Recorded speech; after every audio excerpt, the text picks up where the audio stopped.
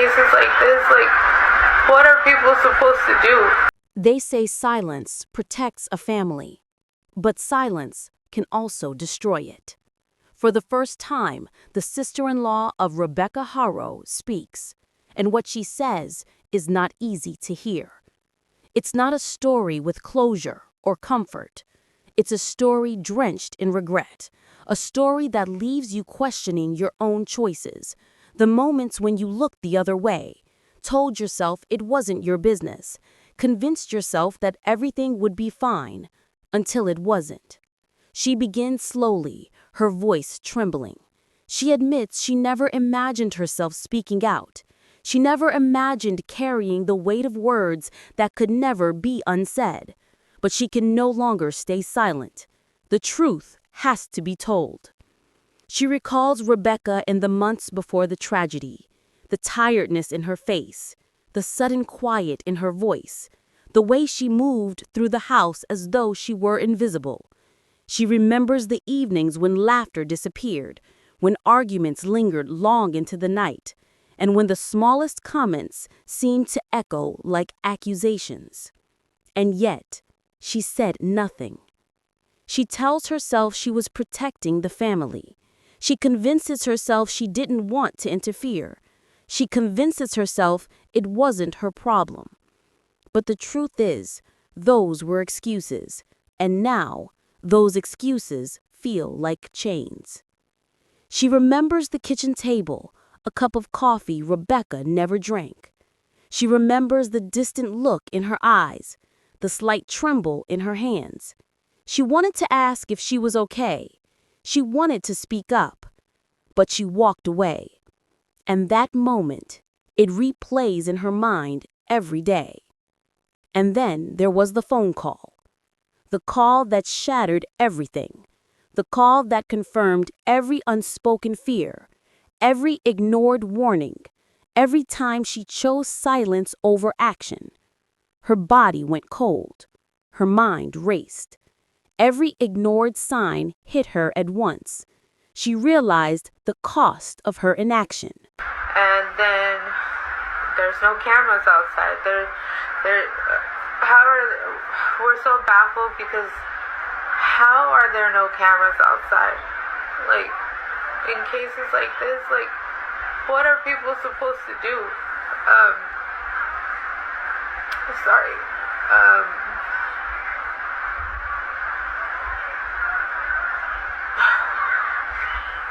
So, after that, my brother told me that he had realized that his wife wasn't back because by that time it was already 8 o'clock and she had left around 7. And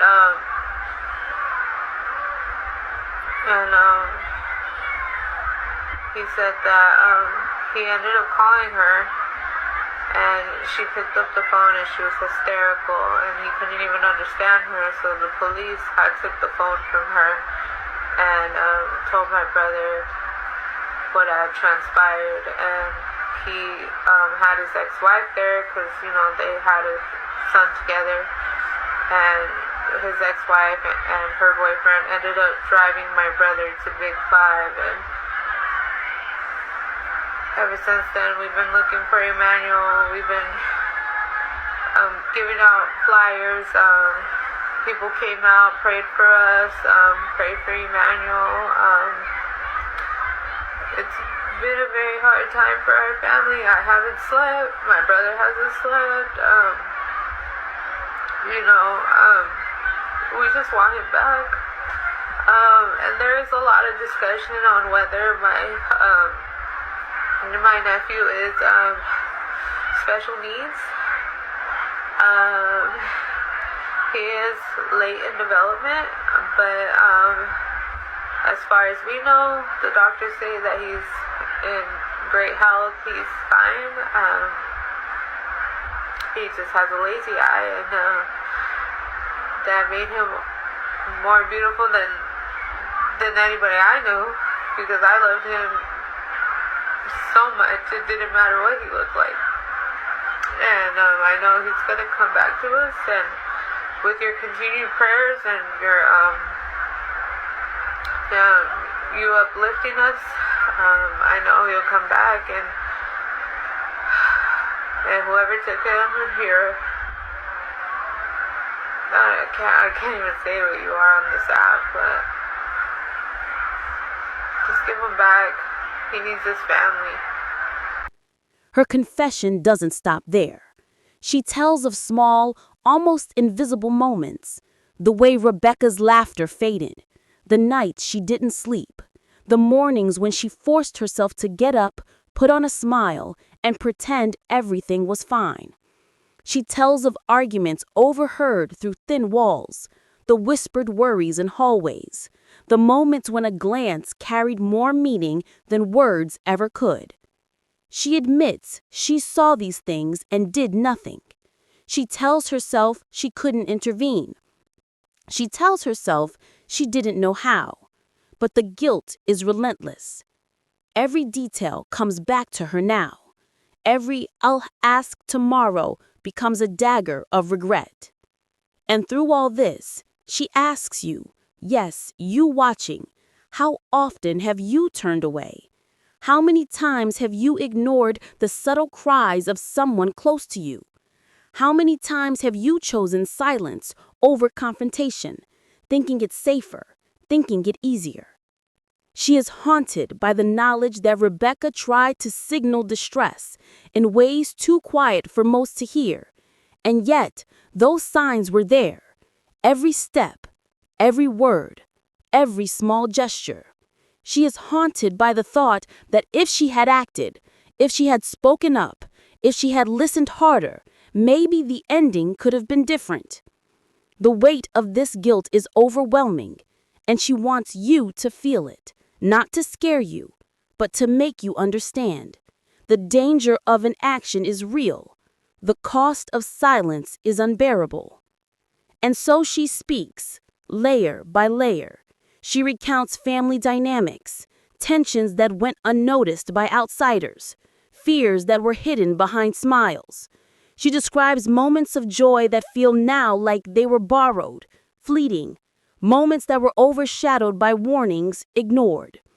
She doesn't just talk about Rebecca. She talks about herself, about choices she made, about the moments she convinced herself she had no responsibility, about the mornings she woke up hoping things would change, only to realize that nothing had. And she begs you, the viewer, to pay attention, to never dismiss signs, to ask questions even when they feel uncomfortable, to speak up even when it's easier to stay quiet, because silence can cost more than words ever could. As you listen, you'll realize this isn't just her confession, it's a warning that the tragedy that befell Rebecca could happen anywhere. It could happen to someone you know, someone you love, someone living in plain sight while their cries go unheard. And if you believe in the importance of stories like this, if you believe people deserve to know the truth about what silence can cost, then subscribe now. Every subscription helps ensure these stories are heard.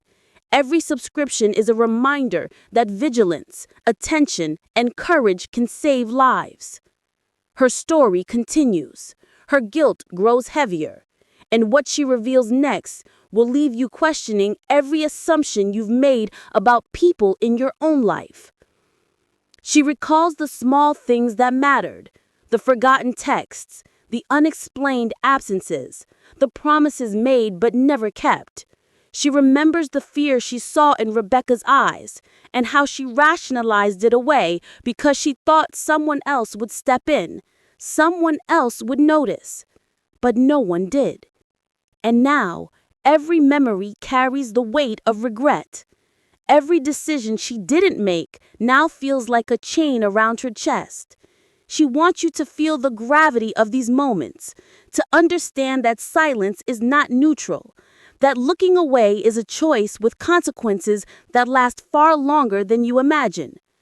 Through the next hours, you will hear every detail she remembers, every warning ignored, every opportunity missed, And through her words, you will feel the crushing weight of responsibility that she has carried since that day. And she asks you again, what would you do? Would you act differently? Would you notice the signs before it's too late? Because she knows now that every choice matters. Every small moment of attention could have changed everything. And as her words continue, you'll understand why she can no longer stay silent, why she cannot let this story be forgotten, and why she hopes her pain will teach someone else to speak up before tragedy strikes.